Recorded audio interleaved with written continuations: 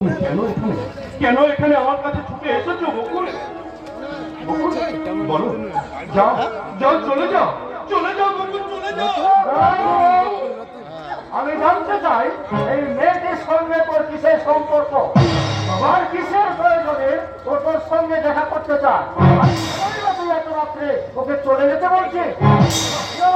দাঁড়িয়ে আছিস কেন? আমার কথার উত্তর দে। বলো বলো দাদাবাবু, এমন লক্ষ্মীপতি বাবু আচ্ছা, আমি জানতে চাই একটা অজ্ঞাত পরিচয়হীনা মহিলার সঙ্গে কিসের এত আদিক্ষেতা? আসলে আসলে কি জানো, এই এই দাদা, এই দাদা, তুমি কি একে চিনতে পারছো না? বলো দাদা, তুমি চুপ করে আছো কেন? তুমি কি সত্যি ওনাকে চিনতে পারছো না? আসলে আসলে ও হলো আমার চাকরানী।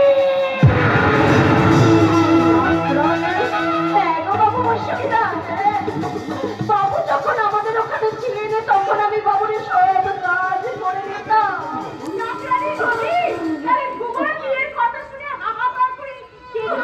দুঃখে দুঃখে গো মা, দুঃখে। তুমি আমাকে মা বললে? কিন্তু দুঃখটা কিসের সেটা আগে খুলে বলো। ওই বাবু আমাকে বলেছিলেন যে বকুল, আমার বিয়ের সময় তুমি দাঁড়িয়ে থেকে শঙ্খধ্বনি করবে, উল্লাধ্বনি করবে। তাই তো আমার অজান্তে ওই বাবুর বিয়ে হয়ে যায়। আমি ভীষণ দুঃখ পেয়েছি। দুঃখ দেখা তোমার দুঃখের কাহিনী শুনতে শুনতে আমার ফুলসজ্জার আনন্দটা মাটি হতে বসেছে। এখন এখান থেকে যেতে পারো? কি বলছো তুমি? এত রাত্রে উনি যাবেন কোথায়? মেয়ে ছেলে একা বাইরে বাড়লে বিপদ হচ্ছে।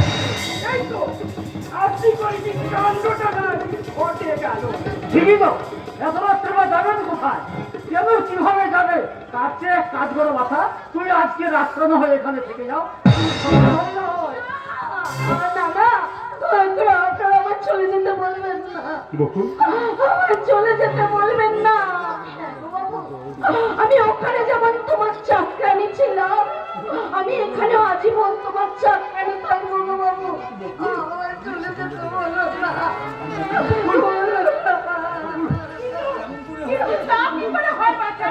তুমি একটা বিবাহিত মহিলা, তোমার স্বামী সংসার হারিয়ে গেছে, হারিয়ে গেছে গো মা, আমার সব হারিয়ে গেছে।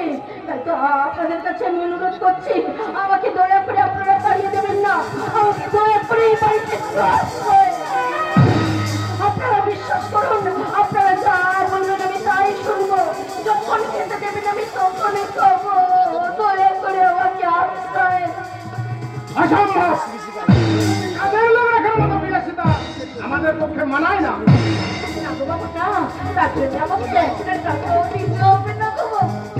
পেটে তো কিছু দিতে হবে, তারও তো একটা মিনিমাম কিছু খাওয়া যাবে নাকি? আমি তোমায় এখনো বলছি দাদা, এই মহিলার মনের মধ্যে কোনো অসৎ উদ্দেশ্য আছে। সেই উদ্দেশ্য পূরণের জন্য ও এই বাড়িতে বিনে মাইনায় চাকরানি হিসেবে থাকতে চায়। না জেনে শুনে, না জেনে শুনে একজন ভদ্র মহিলার সম্বন্ধে কটু মন্তব্য করাটা কিন্তু তোমার একদম উচিত হয়নি। নক্ষত্র প্লিজ প্লিজ নক্ষত্র, বকুল বকুল, আমি তোমার কাছে হাত জোড় করে অনুরোধ করছি বকুল, তুমি এখান থেকে তুমি চলে যাও বকুল। আর কোনোদিন কোনো আশা নিয়ে তুমি এই বাড়িতে এসো না বকুল। বকুল, তোমার আমার অতীতের সম্পর্ক আজকে সব শেষ হয়ে গেছে। তাই তোমার কাছে আমি হাত জোড় করে অনুরোধ করে বলছি, তুমি এখান থেকে চলে যাও। না, ও এখান থেকে যাবে না, ও এ বাড়িতেই আজ থেকে থাকবে। কোনো কিন্তু নয়, ওর খাওয়া পড়ার জন্য কোনো পয়সা তোদেরকে দিতে হবে না, আর কোনো বেতন থেকেও কাটা যাবে না। আমি দেখবো ওর উদ্দেশ্য মহৎ কি অসৎ, আমি বিচার করবো। এবার দয়া করে, দয়া করে আপনাদের বিচার সভাটা ভঙ্গ করবেন কি? বাবা তুমি? হ্যাঁ আমি। একটা গাইয়া চাকরানিকে নিয়ে তখন থেকে আপনারা সবাই নিয়ে যেভাবে বাড়াবাড়ি করে চলেছেন, তাতে তো মনে হচ্ছে আপনাদের ছেলের বিয়েছে এই চাকরানিকে পাওয়ার আনন্দটা এবার বড় হয়ে গেছে। বৌমা একটু আস্তে কথা বলে, বাড়িতে আত্মীয় স্বজন রয়েছে, তারা সবাই শুনতে পাবেন। পাই পাবে না, আমার কি? বিউটি, তুমি কি ভুলে গেছো যে আজকে ফুলসজ্জা, আর তোমার জন্য কি ওই সারা রাত ফুলসজ্জার ঘরে আমাকে অপেক্ষা করে থাকতে হবে? বিউটি, বৌমা, তুমি তোমার ঘরে যাও, ধ্রুব একটু পরেই যাচ্ছে। না, তোমার এখনই আমার সঙ্গে যাবে। তুই স্বামীর নাম মুখে আনলে। কেন? স্বামীর নাম মুখে আনলে কি মুখে ফোসকা পড়ে যায় নাকি? না ফসকা হয়তো পড়ে না, কিন্তু স্বামীর নাম ধরে রাখলে যে তাকে অসম্মান করা হয়। আশা করি জানো তো তুমি বৌমা, যে মেয়েদের কাছে স্বামী হলো দেবতা। দেবতা? হ্যাঁ, দেবতা স্বামীকে দেবতা বলে ভাবে, এসব মূর্খ গাইয়া মেয়ে তো। আমার মতো শহরে উচ্চশিক্ষিত মেয়েদের কাছে স্বামী হলো বন্ধু। বাহ বাহ, চমৎকার চমৎকার বৌমা, চমৎকার। তোমার মতো উচ্চ শিক্ষার সিলেবাসের সঙ্গে সঙ্গে তোমার রুচি ও চরিত্রের সিলেবাসটা বোধহয় পাল্টে ফেলেছো।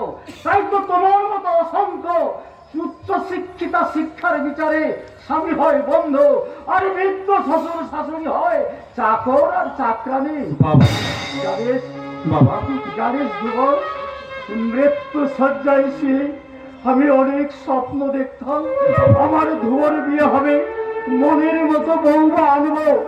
আমার কথা রাখতে ধ্রুব বিয়ে করলো ঠিকই, কিন্তু যাকে আনলো সে বৌমা নয়, সে একটা বৌমা। আমার এত বড় অপমান! সম্মান কখনো স্বেচ্ছায় পাওয়া যায় না বৌমা, ওটা না নিজেকে আদায় করে নিতে হয়। আশা করি সম্মান দেওয়া এবং নেওয়ার ব্যাপারে এবার থেকে যথেষ্ট সচেতন থাকবে, বুঝেছো বৌমা? ওই মেয়েকে, এই যে আমাকে তোমার মূর্খের কারণটা কি? আমি তোমায় এখনো বলছি না, আজ এবং এখনই এই মুহূর্তে এই বাড়ি থেকে ওই চাকরানিটাকে তাড়াও, নইলে কিন্তু এই সংসারে অশান্তির ঝড় বইবে দাদা, অশান্তির ঝড়। শোনো ধ্রুব, তোমাকে আমি 10 মিনিট টাইম দিয়ে যাচ্ছি। Just 10 minute. এর মধ্যে তুমি যদি আমার রুমে না আসো, তাহলে তোমার বাবা যা বলে গেলেন, তার এই সাধের বৌমা একদিন সত্যিকারের বোমা হয়ে ফেটে পড়বে। বোমা। দাদা, তুমি কি শুধু চুপ করে